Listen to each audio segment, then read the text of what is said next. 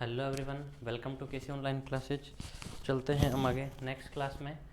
Last class में हम पढ़ रहे थे साउंड को और आज साउंड को ही कंटिन्यू करेंगे। साउंड में हमने कहाँ तक पढ़ लिया था? ध्वनि चैप्टर चल रहा था आपने। ध्वनि में हमने पढ़ लिया था ध्वनि किस प्रकार से उत्पन्न होती है, आवृत्ति के आधार पर उसको कितने भागों में बांटा गया है, और उसके बाद में हमने पढ़ा था ध्वनि किन किन बातों पर निर्भर करती है, ध्वनि की चाल किन किन भौतिक राशियों पर, किन कारकों पर निर्भर करती है। आज हम पढ़ेंगे ध्वनि के गुण। ठीक है, तो आज नेक्स्ट हेडिंग डाल लेते हैं हम, ध्वनि के गुण, कैरेक्टरिस्टिक्स ऑफ साउंड। ध्वनि के गुण, ध्वनि के लक्षण या ध्वनि के अभिलाक्षणिक गुण, कुछ भी हेडिंग डाल सकते हो, एक ही बात है तीनों। तो हम बोलते हैं ध्वनि के गुण या लक्षण।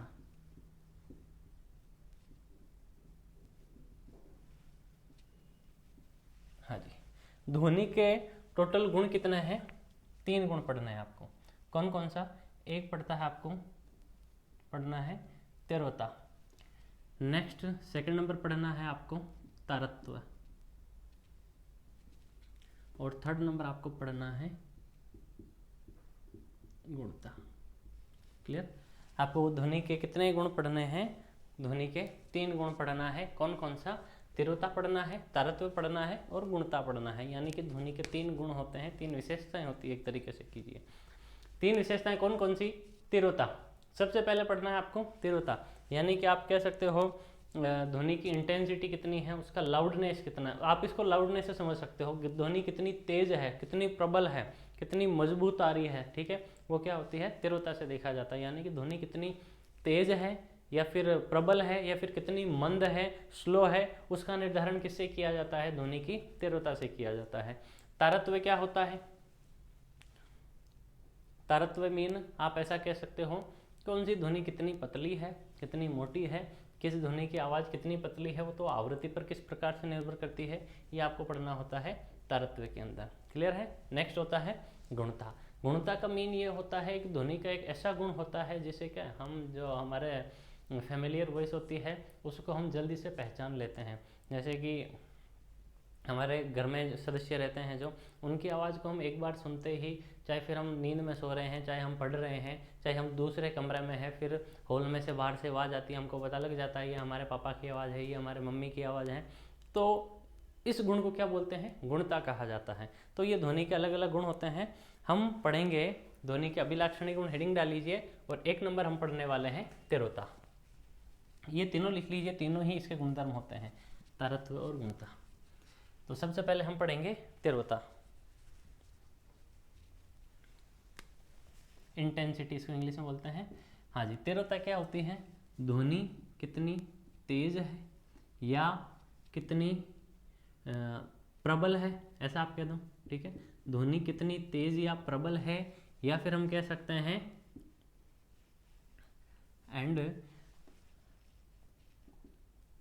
आप ऐसा कह सकते हो, ध्वनि कितनी तेज है या प्रबल है, इसका इस अकॉर्डिंग ही ऐसा कहा जाता है कि ध्वनि की तीव्रता कितनी है। क्लियर है? याद रहना है, ध्वनि कितनी तेज है, कितनी मजबूत है, आप ऐसा कह दो, या फिर कितनी प्रबल है, यानी कि कितनी कठोर रूप से आ रही है। ये सारा कितना कह सकते हो आप, ये तीव्रता के अकॉर्डिंग होता है। जैसे कि हम बात कर रहे हैं, कई बार आपको ऐसा लगता है आवाज़ बहुत ज़्यादा जोर से आ रही है, तो तीव्रता ही तो है ये। कई बार आपको ऐसा लगता है आवाज़ धीरे आ रही है, एक बार फिर से बोलो, एक बार फिर से बोलो, आप ऐसा भी कहते हो। तो ये किसके कारण होता है? ध्वनि के तीव्रता के कारण। यानी कि ध्वनि तेज है, या फिर बोल दो कितनी मंद है, आप ऐसा भी कह सकते हो। ठीक है, ध्वनि कितनी तेज है, मंद है, वो भी क्या है? आपके तीव्रता के कारण ही होता है। जैसे कि अगर कोई आदमी धीरे बोलता है तो आपको ऐसा लगता है आवाज़ नहीं आ रही प्रॉपर, आपने बोला सॉरी आवाज़ नहीं आ रही, सॉरी आवाज़ नहीं आ रही है, इसका अर्थ क्या है? उसकी तीव्रता कम है। तो जिसकी तीव्रता कम होती है वो ध्वनि मंद होती है, जिसकी तीव्रता ज़्यादा होती है वो ध्वनि कैसी होती है? तेज होती है। तो हम यहाँ पर लिखेंगे फर्स्ट लाइन में, ध्वनि कितनी तेज या मंद है या फिर कितनी प्रबल है, यह तीव्रता पर निर्भर करता है। यह कहाँ पर निर्भर करता है? ध्वनि की तीव्रता पर निर्भर करता है। ध्वनि कितनी मंद है, ठीक है, या फिर बोल देते हैं कितनी प्रबल या तेज है, ये किस पर निर्भर करता है? उसकी तीव्रता पर निर्भर करता है। फर्स्ट लाइन लिखिए, कितनी मंद है कितनी तेज है, ये उसकी तीव्रता पर निर्भर करता है। हाँ जी, ध्वनि की जो तीव्रता है उसको मापने का मात्रक कौन सा है? ध्वनि की तीव्रता को किस में मापा जाता है? ध्वनि की तीव्रता को मापा जाता है डेसिबल में। किस में मापा जाता है? डेसिबल में मापा जाता है, जिसको प्रदर्शित किया जाता है डीबी से। क्लियर है जी? ध्वनि की तीव्रता को किस में मापा जाता है? डेसिबल में मापा जाता है। डेसिबल को डीबी से प्रदर्शित किया जाता है। डेसिबल क्या होता है? एक साधारण मात्रक है बेल, और बेल का 10वां हिस्सा है, वो क्या कहलाता है? डेसिबल कहलाता है। डेसिबल भी कहते हैं इसको, हम लिख लेते हैं डेसिबल इसको कहा जाता है। साधारण मात्रक होता है एक बेल और उसका 10वां भाग, और आपको पता है 10वें भाग को क्या कहा जाता है? डेसी। जो अगर नहीं पता हो तो याद रखिएगा, जो किसी वस्तु का 10वां भाग होता है उसको क्या बोलते हैं? डेसी कहा जाता है। ठीक है, तो लिख लीजिए, ध्वनि की तीव्रता का मात्रक डेसिबल, डेसिबल को डीबी से प्रदर्शित करते हैं, और ये क्या होता है? बेल के 10वें भाग को क्या कहा जाता है? डेसिबल कहा जाता है। चलें आगे।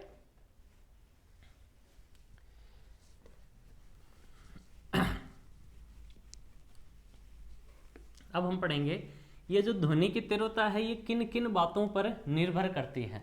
ध्वनि की तीव्रता किन बातों पर निर्भर करती है वो हम देखने वाले हैं। ठीक है, तो फर्स्ट हम लिख लेते हैं ध्वनि स्रोत कितना पावरफुल है। ठीक है, ध्वनि स्रोत की शक्ति पर, ध्वनि स्रोत की शक्ति पर निर्भर करता है। एक बार फिर से देखिए, हम क्या लिख रहे हैं? ध्वनि की तीव्रता किन किन बातों पर निर्भर करती है वो देखते हैं। ध्वनि की तीव्रता निर्भर करती है ध्वनि स्रोत की शक्ति पर, और नेक्स्ट है श्रोता एवं स्रोत के मध्य दूरी पर। स्रोत के मध्य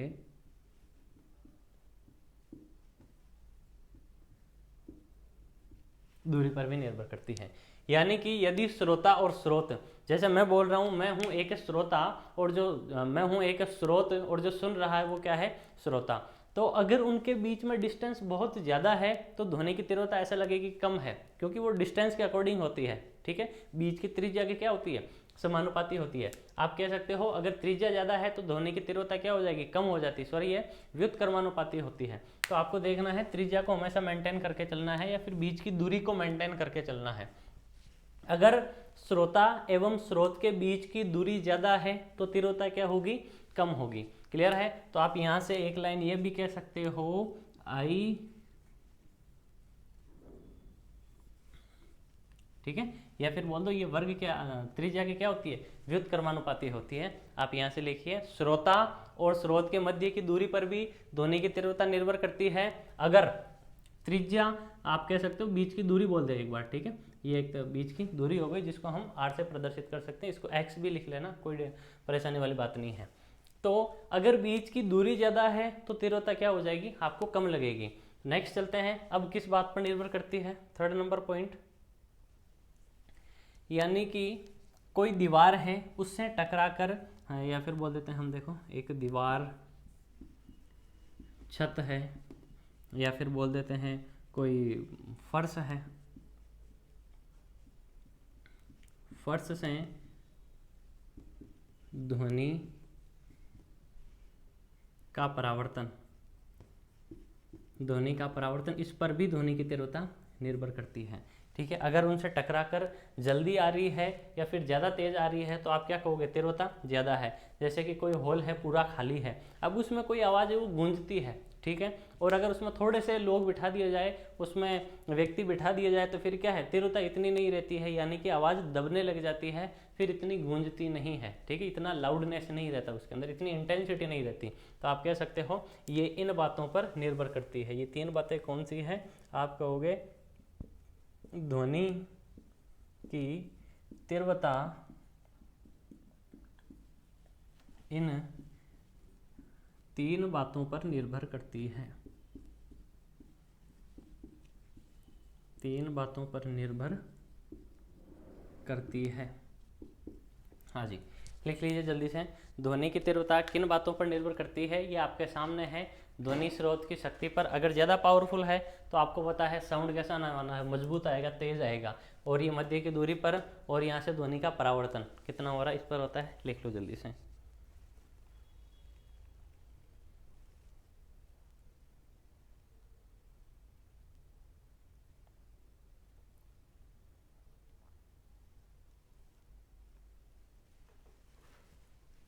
हाँ जी, लिख लिया सबने? ठीक है। देखो ये तो हमेशा डिपेंड करेगा ही कि ध्वनि का आयाम कितना है वगैरह। आयाम वगैरह क्या होता है सब लोग जानते हो ना, पढ़ रखा है हमने पहले, जो सेकंड लास्ट क्लास पढ़ी थी हमने, उसमें आयाम, आवृत्ति, तरंग दैर्ध्य वगैरह ये सारी बातें पढ़ी है हमने।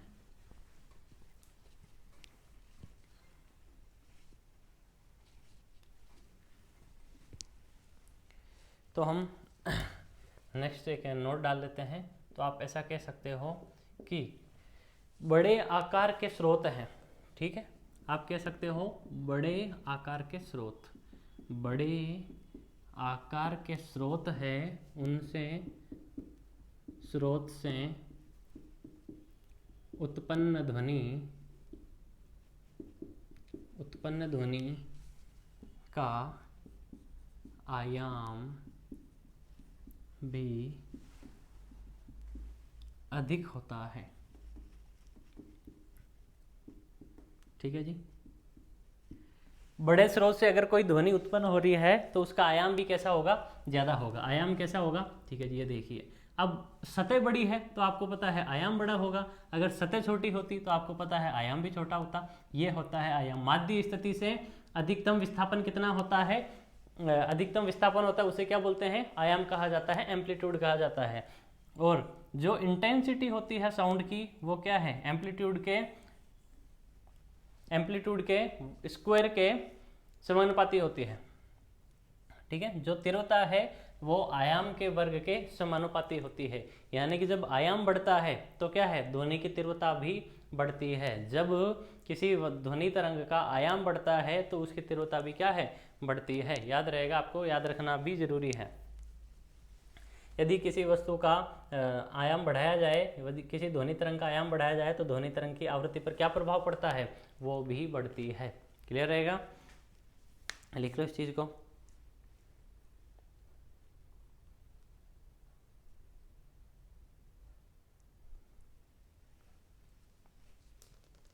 हाँ जी, चलें आगे।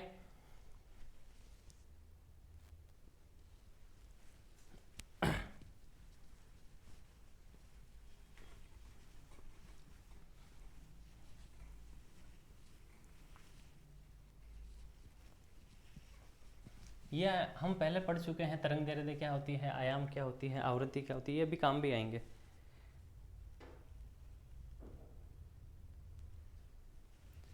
तो देखो वैसे तो जो तीव्रता क्या होती है वो घनत्व है, घनत्व के भी समानुपाती ही होती है। ठीक है, अगर घनत्व बढ़ता है उसके भी समानुपाती होती है, आवृत्ति क्या होती है उसके भी समानुपाती होती है, इन दोनों के ही समानुपाती होती है कौन, तीव्रता। तो आप ऐसा भी कह सकते हो नेक्स्ट नोट में कि ये दोनों ही क्या है, इनके समानुपाती होती है। यानी कि घनत्व बढ़ा, आवृत्ति बढ़ी, ये घनत्व बढ़ा, तीव्रता बढ़ी और इनसे भी समानुपाती होती है, आप कह सकते हो। जैसे पिछली बार आयाम के समानुपाती था वैसे ही।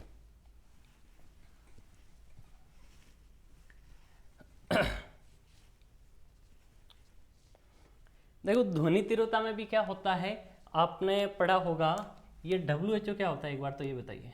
WHO वर्ल्ड हेल्थ ऑर्गेनाइजेशन क्या होता है, वर्ल्ड हेल्थ ऑर्गेनाइजेशन, विश्व स्वास्थ्य संगठन क्या होता है, विश्व स्वास्थ्य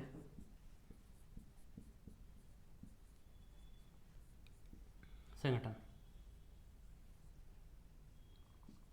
यानी कि विश्व स्वास्थ्य संगठन क्या बोलता है कि वो भी निर्धारण करता है कि आपके लिए इतनी ध्वनि सही होती है, आपके लिए इतनी ध्वनि सही होती है, आप इस ध्वनि से ज़्यादा सुनोगे तो पागल हो सकते हो, आपके चेहरे, ये आपके कान खराब हो सकते हैं, कान के पर्दे खराब हो सकते हैं वगैरह वगैरह। तो हम देखते हैं WHO है वो इस ध्वनि को लेकर क्या बोलता है। ठीक है, WHO के अनुसार क्या है, आप 45 डेसिबल की ध्वनि मानव के लिए क्या होती है, एकदम उपयुक्त होती है। वो बोलते हैं ये एकदम सही है मानव के लिए, ठीक है, ये उपयुक्त है। लेकिन क्या होती है 45 की आपके लिए सही होती है क्या?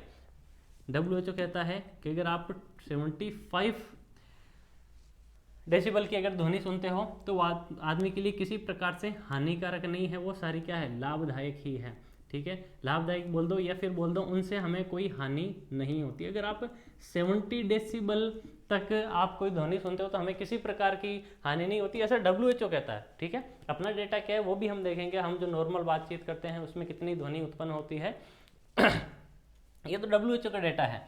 अब क्या है, अगर ऐसे देखा जाए तो मानव क्या है 130 डेसिबल तक की ध्वनि भी क्या है सुन सकता है, मोस्टली सुन सकता है, और इतनी कई बार हो भी जाती है 130 डेसिबल की। लेकिन अगर मानव 150 डेसिबल की ध्वनि सुन ले तो ऐसा माना जाता है वो क्या हो सकता है, पागल भी हो सकता है, ठीक है।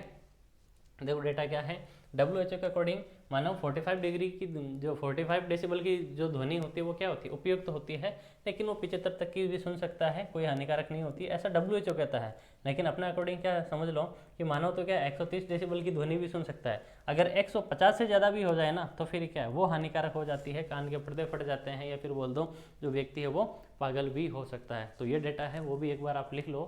चलते हैं आगे फिर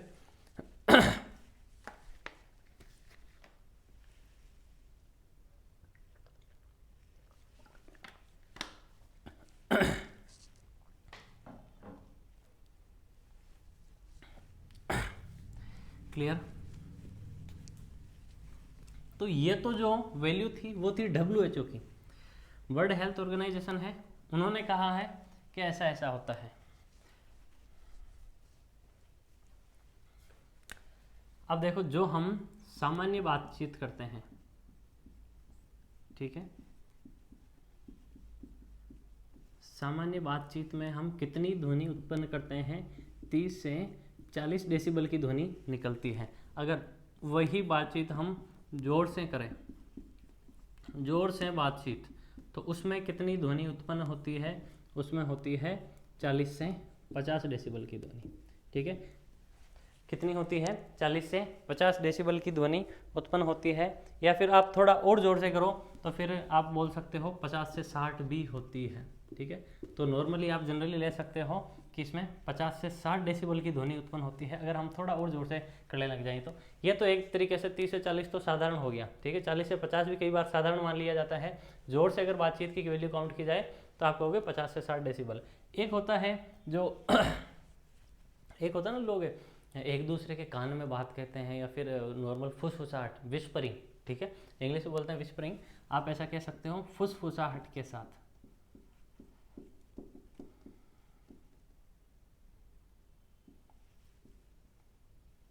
फुसफुसाहट की बातचीत, ठीक है, की बातचीत में कितनी ध्वनि उत्पन्न होती है, वो होती है 20 से 30 डेसिबल की ध्वनि भी उत्पन्न होती है, ठीक है। और जो आपके मोटर वगैरह होती है, मोटर वाहन होते हैं जैसे कि मोटरसाइकिल वगैरह है, उनमें कितनी होती है 110 डेसिबल की ध्वनि होती है। ये जो आपके एरोप्लेन, ठीक है, एयरक्राफ्ट होते हैं, ये जितने भी होते हैं जैसे कि एरोप्लेन है, फिर या फिर आपके जो अंतरिक्ष में जाने वाली जो मिसाइल वगैरह होती है, इनसे कितना होता है, जैसे कि मिसाइल का ले लेते हैं हम यहाँ से, ठीक है, मिसाइल से कितनी ध्वनि निकलती है 180 डेसिबल की ध्वनि निकलती है। तो ये भी अपने आप में बहुत ज़्यादा ही है। मिसाइल से ध्वनि कितनी निकलती है 180 डेसिबल की ध्वनि निकलती है। और ये जेट विमान वगैरह होते हैं, इनसे भी कितनी है 130 150 इन यहाँ तक की ध्वनि भी इनसे निकलती है, जो जेट विमान वगैरह होते हैं, एरोप्लेन वगैरह, ठीक है, ये लिखा ना यहाँ पे एयरक्राफ्ट ये वाला, ठीक है। तो इनसे ध्वनि कितनी है 130 150 डेसिबल की ध्वनि भी इनसे उत्पन्न होती है। क्लियर रहेगा सबके, ठीक है जी। एक बार नोट कर लो, अगर नोट कर रहे हो तो साफ कर देते हैं फिर इनको।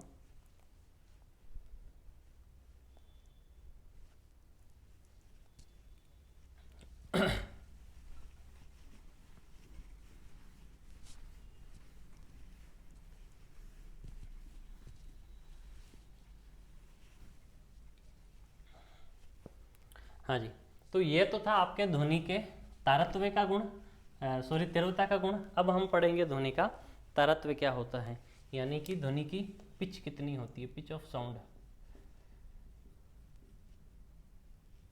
तारत्व को इंग्लिश में बोला जाता है पिच। हाँ जी, ये तारत्व क्या होता है, ध्वनि कितनी तीखी है, या तो तीखी को हम रिप्लेस कर सकते हैं पतली से, ठीक है, या फिर आप बोल दो ध्वनि कितनी मोटी है या फिर भारी है। क्लियर? ध्वनि कितनी पतली है, तीखी है, मोटी है या भारी है, ये किसका निर्धारण करता है, इसके अनुसार पिच का निर्धारण किया जाता है, यानी कि तारत्व के अकॉर्डिंग। तारत्व के अकॉर्डिंग ही बोला जाता है ध्वनि तीखी है, पतली है, या फिर इनके अकॉर्डिंग आप कह सकते हो ये ध्वनि का तारत्व का गुण है, एक दूसरे से संबंधित हैं ये। क्लियर? तो देखते हैं, जिनकी ध्वनि पतली होती है या जिनकी आवाज तीखी होती है उनका तारत्व क्या होता है, अधिक होता है, ठीक है, और जिनकी आवाज मोटी एवं भारी होती है उनका तारत्व क्या होता है, कम होता है। क्लियर है? लिखते हैं यहाँ पर एक बार, जिनकी आवाज तीखी होती है या फिर पतली होती है, तेज होती है, उनका तारत्व क्या होता है, उनका तारत्व अधिक होता है, और जिनकी आवाज मोटी होती है, जिनकी आवाज भारी होती है, उनका तारत्व क्या होता है, उनका तारत्व कम होता है। क्लियर रहेगा सबके? आवाज तीखी पतली है, तारत्व ज्यादा है, मोटी और भारी है, तारत्व क्या है, कम है, और तारत्व भी क्या है, फ्रीक्वेंसी के समानुपाती होता है, यानी कि जब आवृत्ति बढ़ती है तो तारत्व भी क्या है, बढ़ता है, जब आवृत्ति बढ़ती है तो तारत्व भी बढ़ता है। तो आप क्या कहोगे, इनकी भी आवृत्ति क्या होती है, अधिक होती है, और इनकी आवृत्ति क्या होती है, कम होती है, इनकी आवृत्ति कम होती है। क्लियर रहेगा सबके? हाँ, अब देखो तीखी किसकी होती है, महिलाओं की आवाज,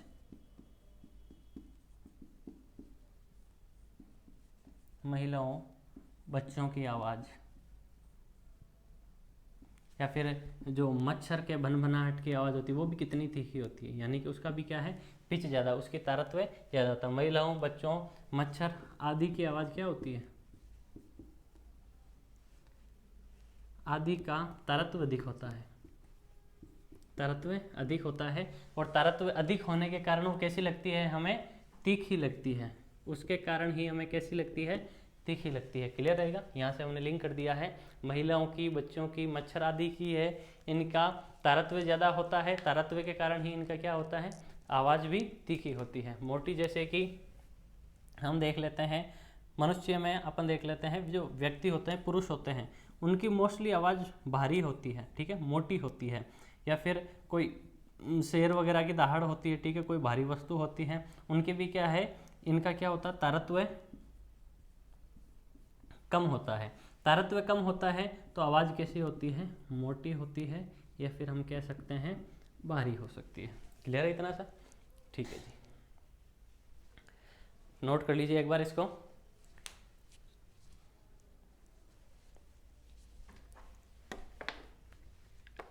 तारत्व, आवृत्ति एक दूसरे के समानुपाती चलते हैं, ठीक है।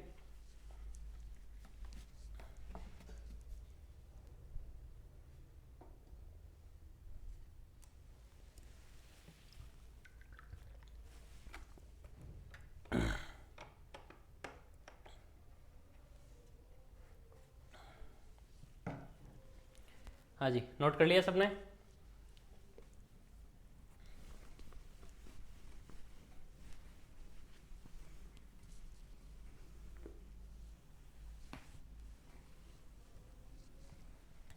हाँ, तो ये तो पता है आपको कि तारत्व अधिक होता है तो क्या होती है, आवृत्ति भी ज़्यादा ही होगी, या फिर आवृत्ति ज़्यादा तो आवृत्ति कम।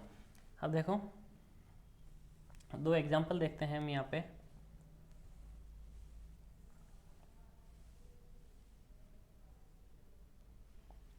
ठीक है, फर्स्ट एग्जाम्पल यह है, नेक्स्ट एग्जाम्पल यहाँ पर बनाते हैं।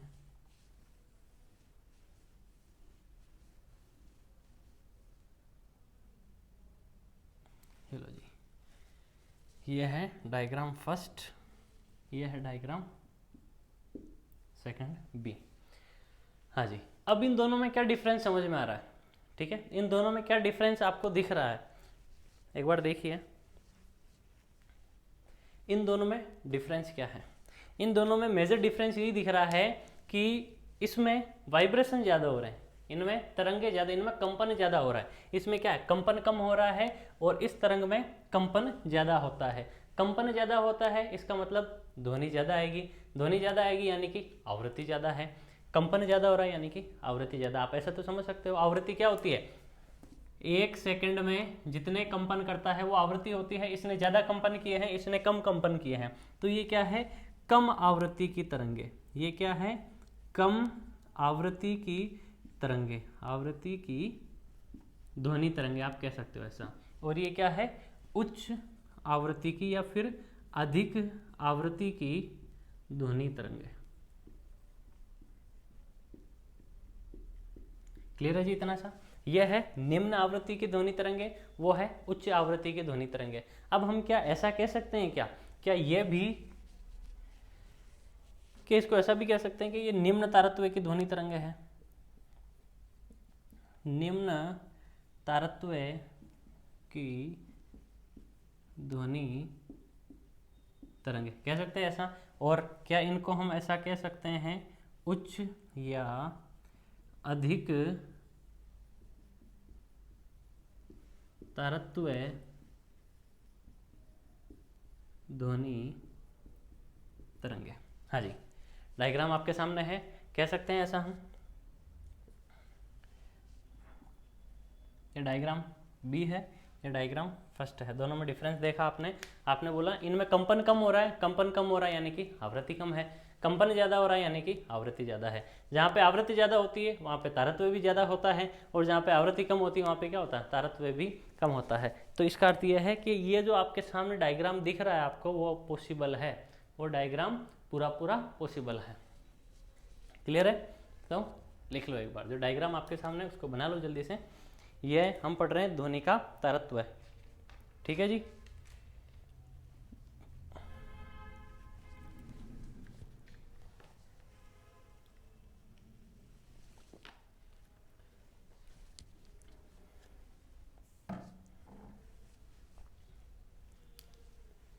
हाँ जी, चलते हैं आगे, साफ करते हैं इसको।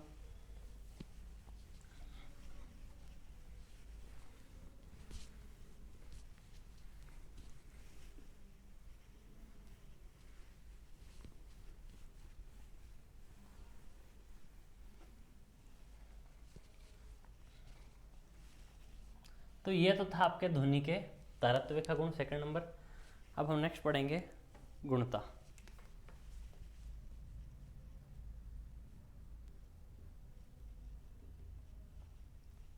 हाँ जी, नेक्स्ट हेडिंग डाल लीजिए गुणता, यानी कि ध्वनि में क्वालिटी कैसी होती है।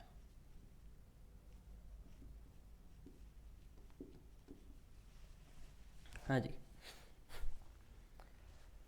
ये जो आपने पढ़ा है अभी तीव्रता और तारत्व, वो अपने आप में दोनों ही अलग अलग है, वो एक दूसरे से कोई रिलेशन नहीं रखता है, ठीक है।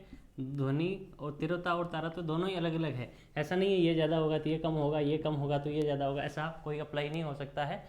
इनकी आवृत्ति किसी प्रकार से अलग या सेम हो सकती है, वो अलग बात है। आप ऐसा नहीं कह सकते कि तीव्रता ज़्यादा होगी तो ये कम होगा, ये ज़्यादा होगा। ये अपने आप में दोनों ही अलग अलग बातें हैं। तीव्रता अलग चीज़ है, तारत्व अलग चीज़ होता है। क्लियर है? तो इन दोनों को आपको सेम नहीं लेना है। आप ऐसा कह सकते हो जिसकी आवाज़ तेज आती है वो तीव्र है। जैसे कि शेर की दहाड़ क्या होती है, तेज होती है, तो उसमें होता है तीव्रता ज़्यादा है, उसकी तीव्रता होती है। और जो मच्छर की भनभनाहट होती है, अब वो आवाज़ कैसी होती है, तीखी होती है, यानी कि उसका तारत्व ज़्यादा है, ठीक है। अब आप कह सकते हो मच्छर की भनभनाहट है, उसका तारत्व ज़्यादा, शेर की दहाड़ का क्या है, तीव्रता ज़्यादा है। तो दोनों ही अपने आप में अलग अलग हैं। अगर इसका तारत्व ज़्यादा हो गया तो ये एक दूसरा कम भी हो जाएगा, कह सकते हो ऐसा। ये एक दूसरे से लिंक हो जाए अच्छी बात है, लेकिन आप ऐसा 100% नहीं कह सकते ये ऐसा होगा तो ऐसा ही होगा। हाँ जी, गुणता क्या होती है, हम कहेंगे इस गुण के कारण क्या है, हम अपने परिचितों की आवाज़ को पहचान लेते हैं। हम अपने परिचितों की आवाज़ को पहचान लेते हैं या फिर बोलते हैं पहचान पाते हैं, ये किसके कारण होता है? ध्वनि के इसी गुण के कारण होता है। ध्वनि की ये क्वालिटी है, क्या क्वालिटी है कि हम अपने परिचितों की आवाज़ को पहचान लेते हैं। जैसे ही आप क्या कर रहे थे, आप अपनी पढ़ाई कर रहे हो या फिर आप घर में बैठे हो, ठीक है, घर में बैठे हो, बाहर से आपके कोई पापा आ जाते हैं, आपके भाई आ जाते हैं, उनकी आवाज़ देकर आपको तुरंत पता लग जाता है अरे पापा घर में आ गए, भाई घर में आ गए, या फिर मम्मा घर में आ गए, सिस्टर घर में आ गए, तो आपको ऐसा पता लग जाता है। क्यों? क्योंकि आप आवृत्ति, एक समान आयाम और आवृत्ति की ध्वनि को क्या है, पहचान लेते हो। जो आवाज़ आप रेगुलर सुनते आ रहे हो, धीरे धीरे धीरे धीरे उस ध्वनि से क्या आप फेमिलियर हो जाते हो। फेमिलियर हो गए तो आपको पता लग जाता है ये इनकी आवाज़ है। क्लियर रहेगा? तो नोट कर लीजिए लाइन को, हम इस गुण के कारण हम अपने परिचितों की आवाज़ को पहचान लेते हैं।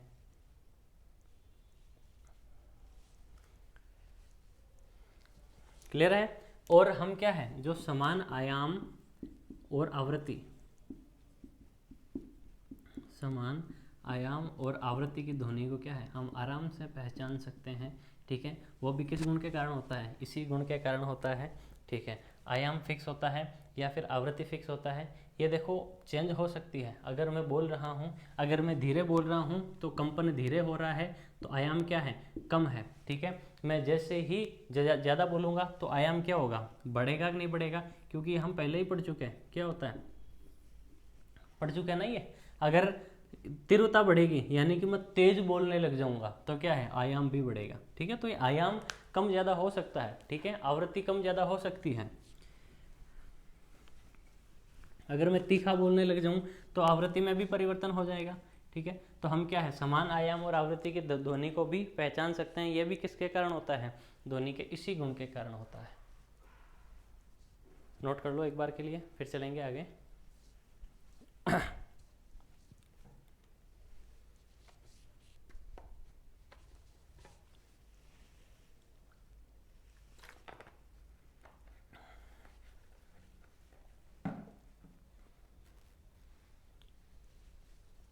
हाँ जी,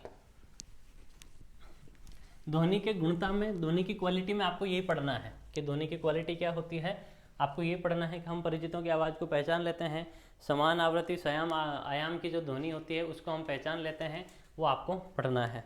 ठीक है, तो आपका ये चैप्टर भी, ये टॉपिक भी खत्म हो जाता है, ध्वनि के गुण क्या क्या है। ठीक है,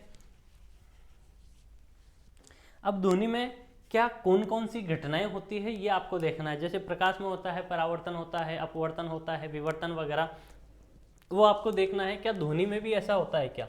तो अब हम पढ़ लेते हैं ध्वनि में परावर्तन।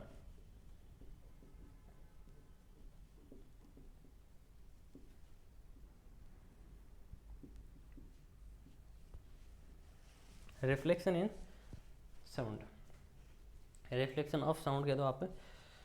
ध्वनि में परावर्तन, परावर्तन क्या होता है पहले तो ये समझ लेते हैं। प्रकाश का चैप्टर हम पढ़ चुके हैं, उसमें आपने अच्छे से समझा होगा कि कोई प्रकाश किरण है, आती है, सतह से टकराती है, पुनः उसी माध्यम में लौट आती है। इसी घटना को क्या बोलते हैं, प्रकाश का परावर्तन बोलते हैं। और ऐसा ध्वनि में भी होता है, यानी कि क्या होता है, ध्वनि सतह से टकराकर, ध्वनि सतह से टकराकर पुनः उसी माध्यम में लौट जाती है, पुनः उसी माध्यम में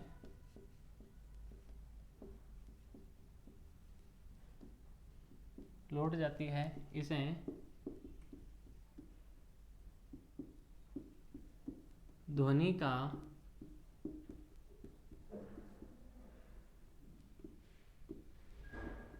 परावर्तन कहते हैं। ठीक है जी, ध्वनि का परावर्तन किसे कहा जाता है, ध्वनि सतह से टकराकर पुनः उसी माध्यम में लौट जाती है, इसे बोलते हैं ध्वनि का परावर्तन। क्या ऐसा होता है क्या, क्या ऐसा पॉसिबल है, देखा है आपने, सुना है कई बार आपने? हाँ जी, कैसे, एग्जाम्पल देखते हैं। अगर ऐसा होता है ध्वनि का परावर्तन तो कैसे होता है, या फिर कोई बड़ी दीवार है, ठीक है, वहाँ से, या फिर कोई पहाड़ी क्षेत्र है, पहाड़ों से, ठीक है, उनसे क्या है, या फिर कोई हॉल है खाली, हॉल में भी क्या है, आवाज़ गूंजती है, तो वहाँ पे ध्वनि टकराती है और टकराकर वापस आती है, तो आप क्या कह सकते हो, इन सतह से होता है। ध्वनि की तरंग दैर्घ्य क्या होती है? ध्वनि की तरंग दैर्घ्य, ध्वनि तरंग दैर्घ्यों की तरंग दैर्घ्य क्या होती है? अधिक होती है। ध्वनि तरंगों की तरंग दैर्घ्य अधिक होती है या फिर बोल दो ज्यादा होती है, और इसी कारण क्या है, इनको बड़ी सतह की आवश्यकता होती है। यानी कि अगर आपको ध्वनि का परावर्तन देखना है तो यहाँ पे सतह भी आपको क्या होनी चाहिए? बड़ी होनी चाहिए। तो आप कह सकते हो सतह बड़ी होनी चाहिए। हाँ जी, परावर्तन, रिफ्लेक्शन।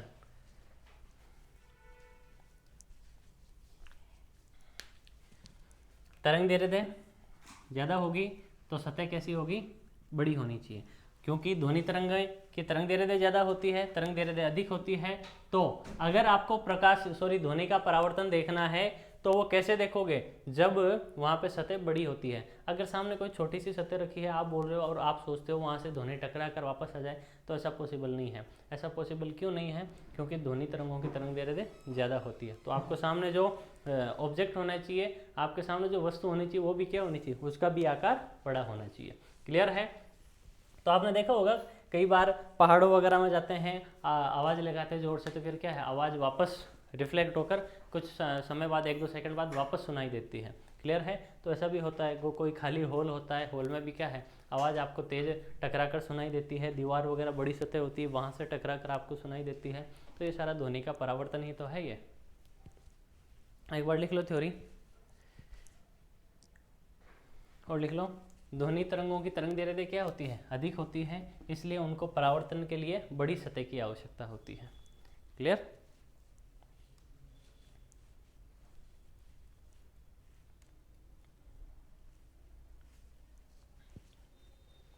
हाँ जी, अब इसको साफ कर देते हैं, एक बार आगे चलते हैं फिर।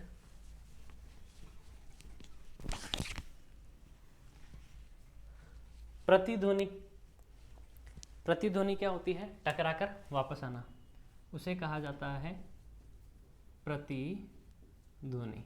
ध्वनि का सतह से टकराकर वापस आना क्या कहलाता है? प्रतिध्वनि कहलाता है। और प्रतिध्वनि कब होती है? जब इनसे टकराती है। ठीक है, क्लियर है इतना सा? अब अगर आपको प्रतिध्वनि सुननी है तो स्रोत एवं श्रोता के बीच में डिस्टेंस भी तो मेंटेन होनी चाहिए। जैसे ये स्रोत है और एक होता है श्रोता। स्रोत जहां से ध्वनि उत्पन्न होती है, श्रोता जो सुनने वाला है, उनके बीच में दूरी भी मेंटेन होनी चाहिए। और प्रतिध्वनि सुनने के लिए, यानी कि जो वापस ध्वनि टकरा कर आती है वो सुनने के लिए, इन दोनों के बीच में कम से कम दूरी कितनी होनी चाहिए? कम से कम दूरी कितनी होनी चाहिए? 17 मीटर की दूरी होनी चाहिए। ठीक है जी, श्रोता एवं स्रोत के मध्य प्रतिध्वनि के लिए कम से कम दूरी कितनी होनी चाहिए? 17 मीटर की होनी चाहिए। और प्रतिध्वनि कब होती है? दीवारों, पहाड़ या होल वगैरह में उनके सतह से टकरा कर होती है। इनकी तरंग दैर्घ्य ज़्यादा होती है, इनको बड़ी सतह की भी आवश्यकता होती है। यह डेटा भी लिख लो जल्दी से। और हम जो भी ध्वनि सुनते हैं उसका प्रभाव हमारे मस्तिष्क पर रहता है 1/10 सेकंड तक। मस्तिष्क पर प्रभाव कब तक रहता है? 1/10 सेकंड तक रहता है। हम कोई भी ध्वनि सुनते हैं उसका प्रभाव हमारे मस्तिष्क पर कितने समय तक रहता है? 1/10 सेकंड तक रहता है। क्लियर है? कोई भी ध्वनि सुनते हैं तो उसका प्रभाव 1/10 सेकंड तक रहेगा।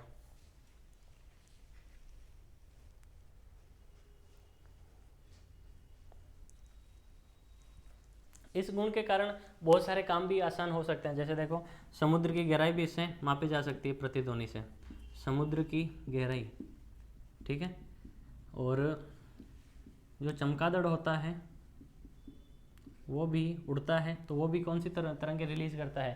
प्रतिध्वनि। वहाँ पे तरंगे होती है, वो टकरा कर वापस आती है, तभी तो उसे पता लगता है कि वहाँ पे कितनी दूर पर कोई वस्तु है, फिर वहाँ से वो टकरा कर वापस आ जाता है।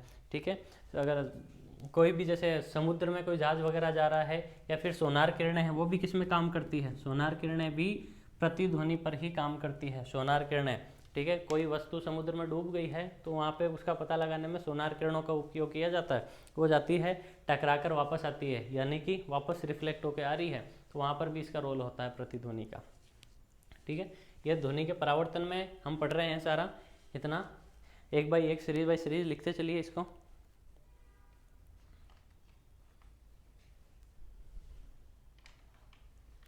लिख लिया सबने? ठीक है जी।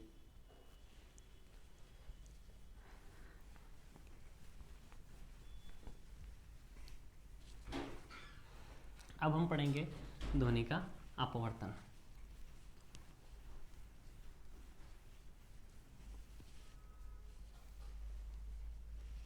ठीक है जी। तो नेक्स्ट लिखिए ध्वनि का अपवर्तन या फिर ध्वनि में अपवर्तन।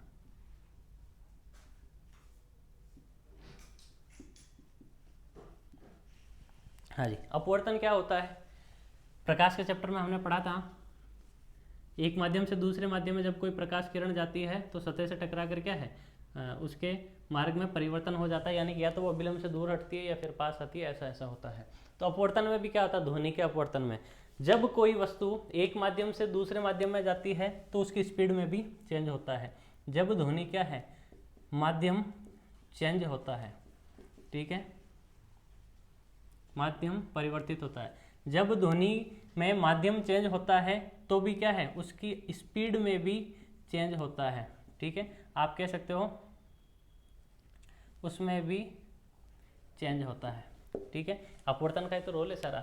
जब किसी माध्यम में चेंज होता है तो ध्वनि की स्पीड में भी चेंज होता है। आपसे पूछा जा सकता है कि यदि किसी माध्यम में परिवर्तन हो रहा है तो क्या ध्वनि की चाल में परिवर्तन होगा, स्थिर रहेगी, या फिर कोई, आप कह सकते हो इनमें से कोई नहीं, जितना भी है।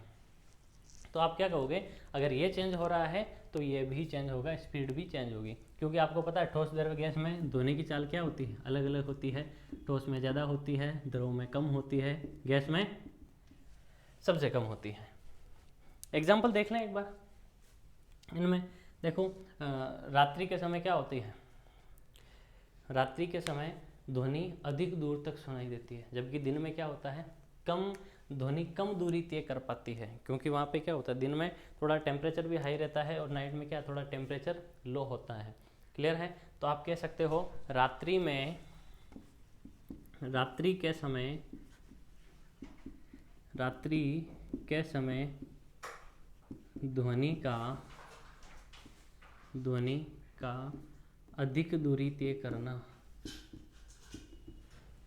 अधिक दूरी तय करना, ये भी किसका खेल है, ये सारा अपवर्तन का ही खेल है। यानी कि जब माध्यम चेंज हो रहा होता है तो क्या है, ये आपको दूर तक सुनाई देती है। ध्वनि के अपवर्तन के कारण ही क्या होती है, जो रात्रि होती है या फिर ठंडी रात्रि होती है, वहाँ पे कम दूरी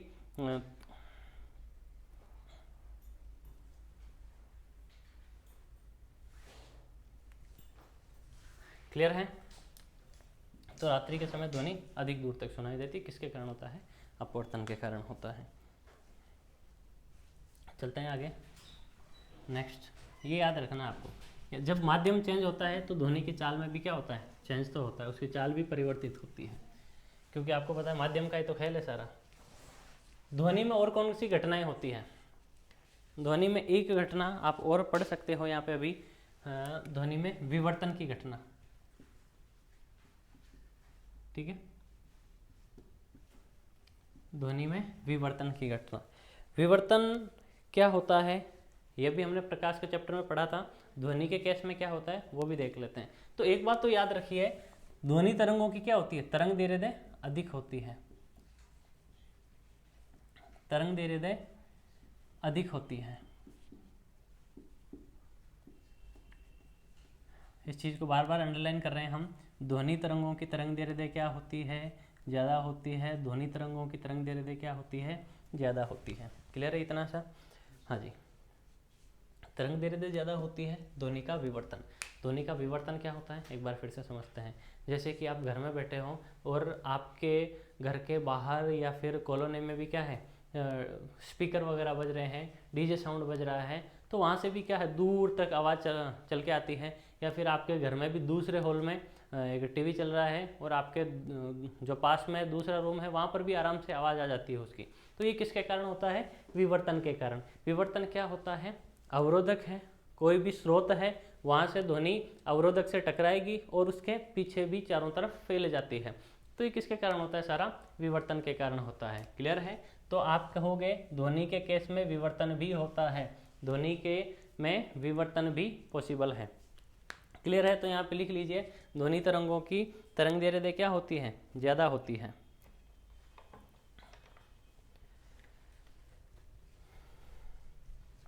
विवर्तन आपने प्रकाश के चैप्टर में भी पढ़ा था और यहाँ पर भी उसी प्रकार होता है, लेकिन ध्वनि के चैप्टर में क्या है, ध्वनि में विवर्तन की घटना और ज़्यादा होती है। क्लियर है? प्रकाश की तुलना में ध्वनि में विवर्तन की घटना अधिक होती है। उसका क्या कारण है कि इसकी तरंग दैर्ध्य क्या होती है, अधिक होती है।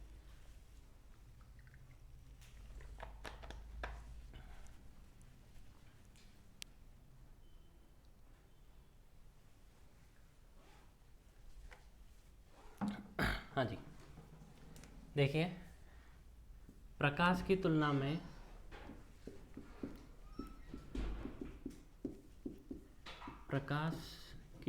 में ध्वनि तरंगों में विवर्तन घटना अधिक होती है।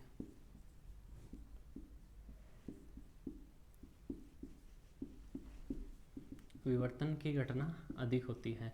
क्यों होती है? क्योंकि उनकी तरंग दैर्ध्य ज़्यादा होती है। कई बार एग्जाम में पूछा गया क्वेश्चन है कि प्रकाश की तुलना में ध्वनि तरंगों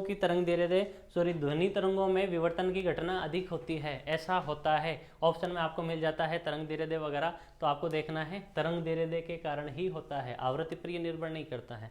आपसे आवृत्ति भी ऑप्शन में दी जा सकती है, तो आपको देखना है ये डिपेंड करता है तरंग दैर्ध्य पर।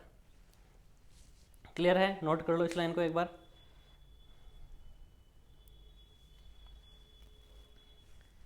हाँ जी,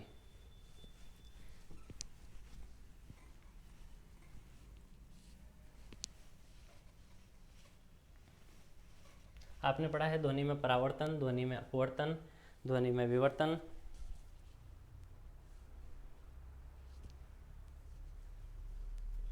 एक अनुनाद और होता है ध्वनि में, ठीक है?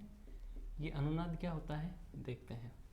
जब कोई बाहरी वस्तु है, ठीक है, कोई बाहरी वस्तु अगर आवृत्ति ज़्यादा उत्पन्न कर रही है, ठीक है, आवृत्ति अधिक उत्पन्न कर रही है, ठीक है, और जो एक वस्तु मूल रूप से वहाँ पे उपस्थित है उसकी आवृत्ति आपको पता है फिक्स होती ही है, ठीक है। एग्जाम्पल के तौर पर समझेंगे, आपको समझना है कोई वस्तु है उसकी आवृत्ति निश्चित है, उसके ऊपर दूसरी वस्तु रख दी जाती है या फिर गति करवाई जाती है जिसकी आवृत्ति और भी ज़्यादा होती है, तो क्या होता है यहाँ पर इस वस्तु के डैमेज होने के पूरे चांसेस होते हैं। जैसे कि जो सैनिक वगैरह होते हैं जब वो एक पुल को क्रॉस करके जाते हैं, ठीक है, सैनिक जब पुल को क्रॉस करके जाते हैं, सैनिक पुल को क्रॉस करके जाते हैं तो क्या होता है, उन्हें बोला जाता है आपको कदम से कदम नहीं मिलाना है, कदम से कदम मिलाने के लिए उन्हें मना किया जाता है। आपको बोला जाता है आपको साधारण चाल चलनी है, ठीक है, क्योंकि जब वो एक साथ में चलते हैं यानी कि कदम से कदम मिलाकर चलते हैं तो क्या होती है, हाई फ्रीक्वेंसी प्रोड्यूस होती है। आप क्या कह सकते हो, जब इस प्रकार से सैनिक चलते हैं तो हाई फ्रीक्वेंसी का साउंड प्रोड्यूस होता है। अगर हाई फ्रीक्वेंसी का साउंड प्रोड्यूस होगा तो आप क्या कह सकते हो, जो ऑब्जेक्ट है उसकी फ्रीक्वेंसी जितनी थी उससे भी ज़्यादा फ्रीक्वेंसी आ रही है, तो वहाँ पे उस ऑब्जेक्ट के डैमेज होने के पूरे चांसेस बनते हैं। तो उस पुल के डैमेज होने के यानी कि टूटने के चांस बनते हैं, इसलिए कहा जाता है सैनिकों को आपको साधारण चाल से चलना है वहाँ पर। क्लियर इतना सा? ठीक है जी। ये किसके कारण होता है, ध्वनि में अनुनाद के कारण होता है। तो आप ऐसा भी लिख सकते हो, सैनिकों को पुल पार करते समय साधारण चाल चलने के लिए कहा जाता है या फिर कदम से कदम मिलाकर चलने को मना किया जाता है। ऐसा किस कारण होता है, अनुनाद के कारण। अनुनाद का क्या रोल होता है यहाँ पर, यानी कि बाहरी वस्तु जो है उसकी आवृत्ति अधिक हो जाएगी, यानी कि सैनिकों के जो कदम से कदम मिलाने से जो कंपन उत्पन्न होगा, जो फ्रीक्वेंसी होगी वो इसकी फ्रीक्वेंसी से यानी कि पुल की फ्रीक्वेंसी से ज़्यादा हो जाएगी, और ज़्यादा हो जाएगी तो उसके टूटने के पूरे चांसेज होते हैं। तो ये होता है आपका अनुनाद।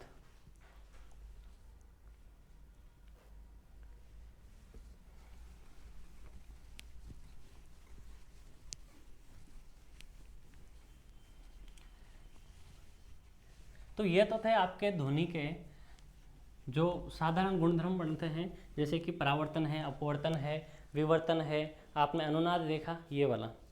एक और पढ़ लेते हैं यहाँ पे, ध्वनि के चैप्टर से रिलेटेड है, डॉपलर प्रभाव, डॉपलर इफेक्ट। डॉपलर एक वैज्ञानिक थे, तो उन्हीं के नाम पर पढ़ा जाता है डॉपलर प्रभाव। ठीक है, इन्होंने बताया कि ध्वनि है वो दो तरीके से व्यवहार करती है, या फिर ध्वनि की स्पीड है वो भी दो तरीके से व्यवहार करती है। हेडिंग डाल लीजिए एक बार, डॉपलर प्रभाव।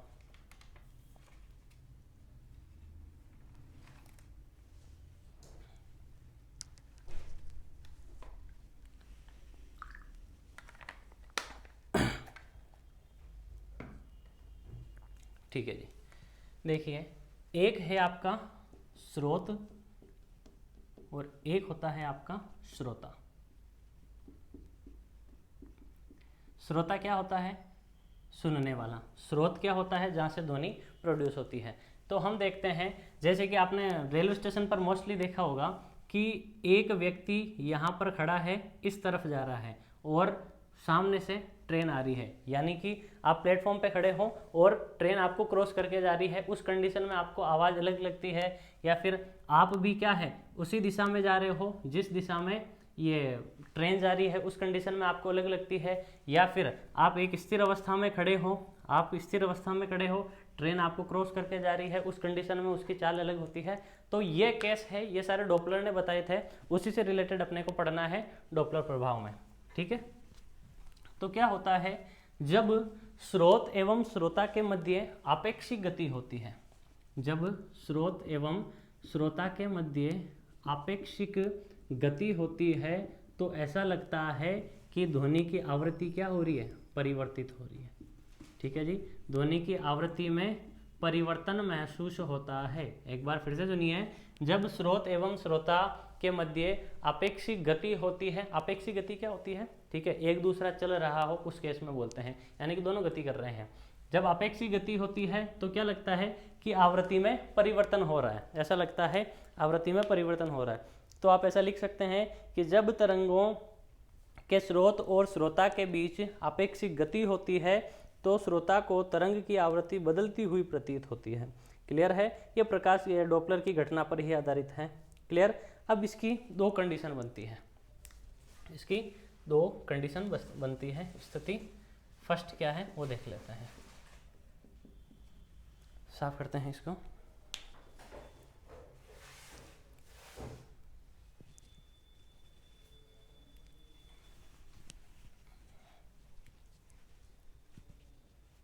हाँ जी, जब स्रोत एवं श्रोता के मध्य जो दूरी है, इनके मध्य दूरी अगर घट रही हो, ठीक है, घट रही हो, ठीक है, तो आपको आवृत्ति कैसी लगती है? बढ़ती हुई प्रतीत होती है। आवृत्ति बढ़ती हुई प्रतीत होती है। क्लियर है? जब इनके बीच में दूरी घट रही हो, यानी कि आप यहाँ पे खड़े हैं, ठीक है, ये वस्तु इधर आ रही है, इसकी भी देखो अलग अलग कंडीशन बन सकती है। कंडीशन फर्स्ट की भी, आप यहाँ पर स्थिर अवस्था में खड़े थे, ठीक है, और ट्रेन आपकी तरफ आ रही है। क्लियर है? तो यहाँ पर भी क्या दूरी घट ही रही है, आप भी ट्रेन की डायरेक्शन में गति कर रहे हो और ट्रेन आपकी तरफ आ रही है, तो उसमें भी क्या है, दूरी तो घट ही रही है। यहाँ पर भी दो कंडीशन आप बना सकते हो। तो जब दूरी घट रही होती है तो आवृत्ति आपको कैसी लगती है? बढ़ती हुई प्रतीत होती है, यानी कि जब वो आपके पास आ रही होती है, दूरी घट रही होती है, ठीक है, और जैसे ही आपको वो क्रॉस करके जाती है तो उसकी कंडीशन बन जाती है सेकंड। ठीक है, तो हम कहेंगे जब इसकी और इसकी दूरी बढ़ रही हो, जब दूरी बढ़ रही हो तो क्या होता है? आवृत्ति घटती प्रतीत होती है। ऐसा लगता है कि आवृत्ति घट रही है, तो प्रतीत होती है। क्लियर है इतना सा? ठीक है जी, एक बार फिर से देखिए, यदि दूरी बढ़ रही हो, अगर दूरी बढ़ रही हो स्रोत एवं श्रोता के मध्य, बढ़ेगी कब? कब बढ़ेगी? जब ट्रेन आपको क्रॉस करके जा चुकी है और आप भी वहीं पर दूसरी तरफ जा रहे हो, या फिर ट्रेन आपको क्रॉस करके जा चुकी है फिर भी आप वहीं पर खड़े हो, ठीक है, तो अब आपकी दूरी बढ़ रही है, ठीक है, या फिर आप एक दूसरे के अपोजिट जा रहे हो, यानी कि इस दिशा में, वो इस दिशा में जा रही है, वो आप इस दिशा में जा रहे हो, तो भी आपकी दूरी बढ़ रही है। तो आप क्या कह सकते हो? आपको ऐसा लगता है आवृत्ति घटती हुई प्रतीत होती है। तो ये डॉपलर का प्रभाव, डॉपलर ने बताया था कि कब आवृत्ति घटती प्रतीत होती है, कब उनमें किस प्रकार की दूरी हो, किस प्रकार से अपेक्षित गति वगैरह हो। तो ये सारा किसकी देन है? डॉपलर की देन है। आई होप सबके अच्छे से समझ में आया होगा।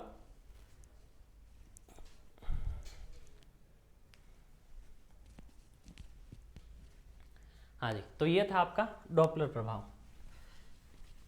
डॉपलर प्रभाव बताने वाले वैज्ञानिक कौन? डॉपलर।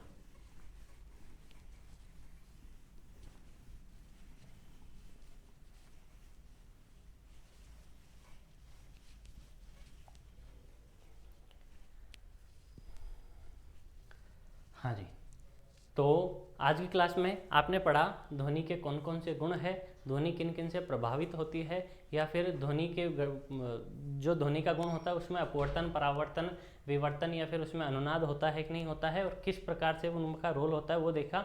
और डॉपलर ने इस केस में, ध्वनि के केस में आपको क्या बताया, यानी कि किस प्रकार से आवृत्ति चेंज होती है, वो सारा आपने केस देखा। ट्रेन के आगे बढ़ने पीछे बढ़ने का सारा देखा।